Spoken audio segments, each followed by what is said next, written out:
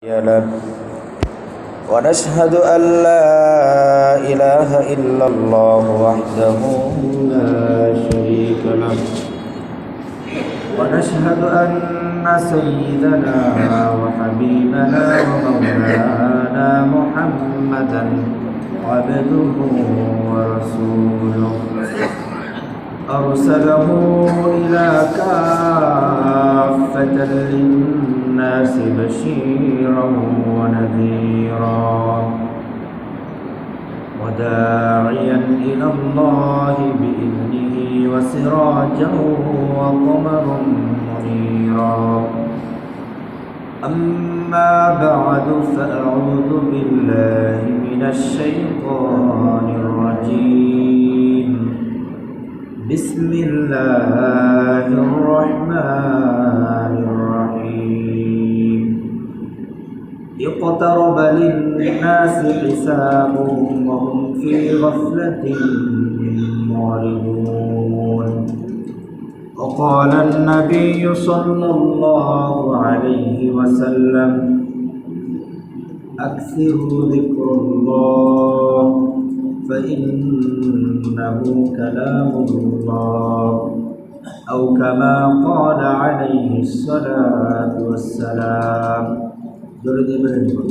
اللهم صل على محمد وعلى آل محمد كما صليت على إبراهيم وعلى آل إبراهيم إنك حميد مجيد اللهم بارك على محمد وعلى آل محمد كما باركت على إبراهيم وعلى آل إبراهيم إنك حميد مجيد بلغ العلا بكماله كشف الدجى بجماله وسنة جميع خصاله صلوا عليه وآله الحمد لله মহান আল্লাহ রব্বুল আলামিনের দরবারে অসংখ্য অগণিত শুকরিয়া, যিনি আমাদেরকে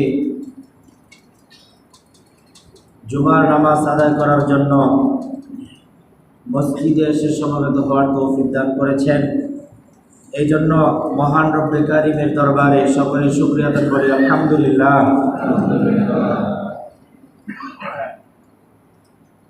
আল্লাহ রাব্বুল আলামিন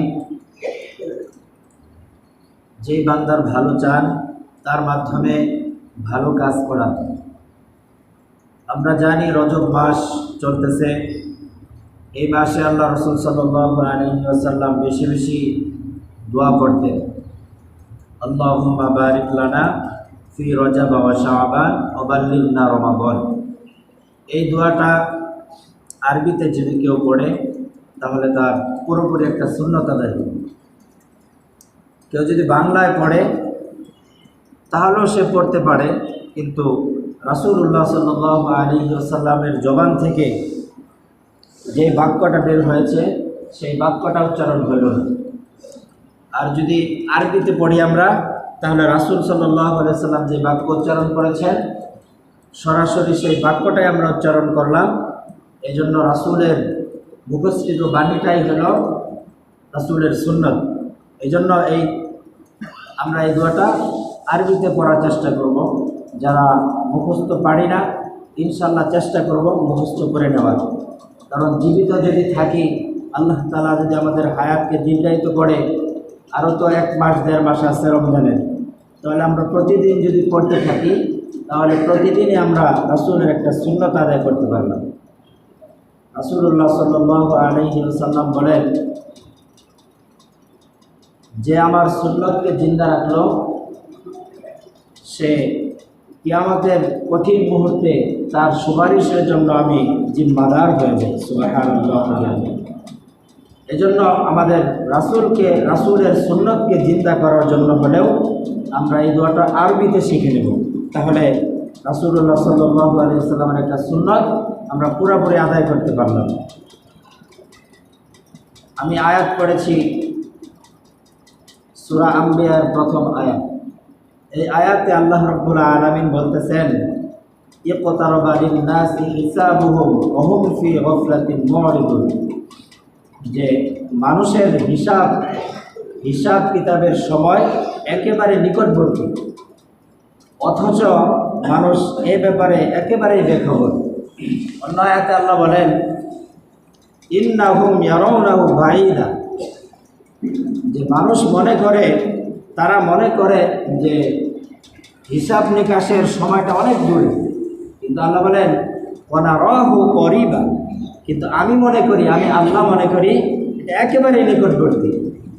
কিন্তু হয়তোবা অনেকের ধারণা এটা আসতে পারে যে এই আয়াত তো আল্লাহ রাব্বুল আলামিন প্রায় 14-15 বছর আগে নাজিল করেছেন রাসূলুল্লাহ সাল্লাল্লাহু আলাইহি ওয়াসাল্লামের উপর, ওই সময়কার আয়াত।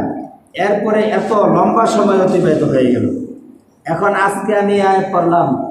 এই আয়াত পড়ার দ্বারা এটাই বোঝা যাচ্ছে যে কিয়ামতের সময় অতি নিকটে, কিন্তু মানুষ এই ব্যাপারে একেবারেই বেখবর। এখন যদি পৃথিবীটা আরও 500 বছর পর্যন্ত আল্লাহ রাব্বুল আলামিন চান টিকিয়ে রাখবেন, তাহলে এটা আমাদের কাছে আরও দূরবর্তী মনে হইতেছে না? একবার রাসূলুল্লাহ সাল্লাল্লাহু আলাইহি ওয়াসাল্লামের দরবারে এক সাহাবী এসে জিজ্ঞাসা করতেছেন, ইয়া রাসূলুল্লাহ, কিয়ামত কবে হবে? তখন আল্লাহ রাসূল সাল্লাল্লাহু আলাইহি ওয়াসাল্লাম ওই ব্যক্তিকে ধমক দিয়ে বলতেছেন, ওই হাক, তুমি ধ্বংস হও। তুমি কিয়ামতের জন্য হাসরের মাঠে যে তোমার হিসাব কিতাব হবে, এই হিসাব কিতাবের জন্য তুমি কতটুকু প্রস্তুত আছো? আর তুমি কিয়ামতের কথা জিজ্ঞাসা করতেছ। আসলেই তো আমরা কিয়ামতের জন্য কতটুকু প্রস্তুত? আমাদের চক্ষুটা যদি বন্ধ হয়ে যায় তাহলেই তো আমাদের কিয়ামত শুরু হয়ে গেল, নাকি বলেন ভাই? আমাদের চক্ষু বন্ধ হয়ে যাওয়ার সাথে সাথেই তো আমাদের কিয়ামত শুরু হয়ে গেল। আমরা কতটুকু প্রস্তুতি গ্রহণ করতেছি? এজন্যই আল্লাহ রাসূল সাল্লাল্লাহু আলাইহি ওয়াসাল্লাম ওই সাহাবীকে বললেন যে তোমার চক্ষু বন্ধ হয়ে যাওয়ার আগে, অর্থাৎ তোমার মৃত্যু আসার আগেই তুমি কিয়ামতের প্রস্তুতি গ্রহণ করো, কেননা তোমার কিয়ামত তো শুরু হয়ে যাবে তোমার মৃত্যুর পরপরই। মৃত্যুর পর যে প্রথম ঘাঁটি কবরের সওয়াল জবাব যদি আমরা সঠিকভাবে উত্তরগুলি আমরা দিতে পারি, তাহলে আমাদের এর পরবর্তী যে ধাপ, এই ধাপটা আমরা শান্তিতে থাকতে পারবো। আল্লাহ তাআলা হাসরের মাঠে ওঠানোর আগ পর্যন্ত আমাদের জন্য শান্তির ব্যবস্থা করে দেবেন। এজন্য আল্লাহ রাব্বুল আলামিন অন্য আয়াতে বলেন, ওয়াসারিউ, তোমরা প্রতিযোগিতা করো, দৌড়াও, ইলা মাগফিরাতিন মির রাব্বিকুম, তোমাদের পালনকর্তার মাগফিরাতের দিকে, ক্ষমার দিকে। ইলা মাগফিরাতিন মির রাব্বিকুম আরদুহাস সামাওয়াতু ওয়াল আরদ উইদ্দাত লিল মুত্তাকিন, এবং এমন একটা জান্নাতের দিকে দৌড়াও যে জান্নাতের পরিধি আস-সামাওয়াতু ওয়াল আরদ, আসমান ও জমিনের মধ্যবর্তী যে শূন্য জায়গা আছে, এই শূন্য জায়গার পরিমাণ। আর আল্লাহ তাআলা বলেন উইদ্দাত লিল মুত্তাকিন, এটা শুধু মুত্তাকিনদের জন্য নির্ধারিত। যারা মুত্তাকি তাদের জন্যই কেবল জান্নাতটা নির্ধারিত। এজন্য আমাদের আল্লাহ রাব্বুল আলামিনের মাগফিরাতের দিকে, আল্লাহ রাব্বুল আলামিনের জান্নাতের দিকে আমাদের দৌড়াইতে হবে। কি করে আমরা জান্নাত পাইতে পারি, এই প্রতিযোগিতা আমাদের ভিতরে থাকতে হবে। আমরা যদি আমলের প্রতিযোগিতা নিয়োগ করে ফেলি এবং আল্লাহ তাআলা আমাদেরকে সর্ব অবস্থায় দেখশন করতেছেন, এই অনুভূতি যদি আমাদের ভিতর থাকে, এই তাকওয়া যদি থাকে, তাহলে আমাদের দ্বারা মন্দ কাজগুলি করা কখনোই সম্ভব হবে না। খলিফাতুল মুসলিমিন হযরত ওমর রাদিয়াল্লাহু তাআলা আনহু অর্ধ বিশ্বের শাসনকর্তা ছিলেন। একবার তিনি এক মরুপ্রান্তরে তার শাসন কার্যের পর্যবেক্ষণের জন্য হাঁটতেছিলেন। এমন সময় তার পিপাসা লেগেছে। পিপাসা লাগার পর একটা গাছের ছায়া তিনি আশ্রয় গ্রহণ করলেন এবং দেখতে পাইলেন একটা রাখাল গরু চড়াচ্ছে বা ছাগল চড়াচ্ছে। তখন ওমর রাদিয়াল্লাহু তাআলা আনহু ওই রাখালকে বললেন, হে রাখাল, তুমি আমাকে একটু পানি পান করাবে? তখন রাখাল বলতেছে, আমার কাছে তো কোনো পানি নেই। তারপর ওমর রাদিয়াল্লাহু তাআলা আনহু বলতেছেন যে তাহলে তোমার বকরির যে দুধ আছে, তোমার দুধওয়ালা একটি বকরি আমার কাছে বিক্রি করো, আমি এটা কিনে এখান থেকে দুধ দহন করে খাবো এবং তারপর বকরিটাকে জবাই করে গোশত খেয়ে ফেলবো। তখন ওই রাখাল বলতেছে, এটা আমার দ্বারা সম্ভব নয়, কারণ এই বকরিগুলোর মালিক তো আমি না, এই বকরিগুলোর মালিক অন্য একজন আছেন, তার অনুমতি ছাড়া আমি এই বকরিটা আপনার কাছে বিক্রি করতে পারবো না। তখন ওমর রাদিয়াল্লাহু তাআলা আনহু ওই বালককে পরীক্ষা করার জন্য বলতেছে, তোমার মালিক তো আর এখানে এসে দেখবে না, তুমি যদি তোমার মালিককে বলো যে আমার বেখেয়ালির কারণে একটা বকরি ভাগ নিয়ে খেয়ে ফেলেছে, তাহলে তো তোমার মালিক হয়তো মেনে নেবে, তুমি আমার কাছে একটা বকরি বিক্রি করো। তখন ওই রাখাল বলতেছে যে না, এটা আমার দ্বারা সম্ভব নয়, কারণ আমার মালিক হয়তো দেখতেছে না, কিন্তু আমার আসল মালিক যিনি অর্থাৎ আল্লাহ তাআলা আমাকে তো দেখতেছেন। আমি যদি আজকে আপনার কাছে একটা বকরি বিক্রি করি, এটা যদিও আমার দুনিয়ার মালিক দেখতেছে না, কিন্তু আখিরাতের মালিক, সারা জাহানের মালিক যিনি, ওই আল্লাহ তো আমাকে দেখতেছেন। তখন ওমর রাদিয়াল্লাহু তাআলা আনহু বললেন যে এই সমস্ত বালকের কারণে, এদের তাকওয়ার কারণে আল্লাহ তাআলা দুনিয়াকে টিকিয়ে রেখেছে। আল্লাহ রাব্বুল আলামিন বান্দার কিছু কার্যকলাপ দেখে দুনিয়াতেও হাসেন এবং আখিরাতেও হাসবেন। দুনিয়াতে বান্দার দুই কারণে আল্লাহ রাব্বুল আলামিন হাসেন। একটা কারণ হইল, মসজিদে যখন আজান হয়, আজান দেওয়ার সাথে সাথে যেই মুমিনের অন্তর মসজিদে আসার জন্য পাগল হয়ে যায়, যেই মুমিনের অন্তর মসজিদের প্রথম কাতারে এসে নামাজের জন্য পেরেশান হয়ে যায়, ওই ব্যক্তির দৃশ্য দেখে আল্লাহ তাআলা হেসে দেন যে আমার বান্দা আজান হয়েছে, এখন নামাজের জন্য আমার বান্দা ছটফট করতেছে, কিভাবে সে মসজিদে সবার আগে যাবে।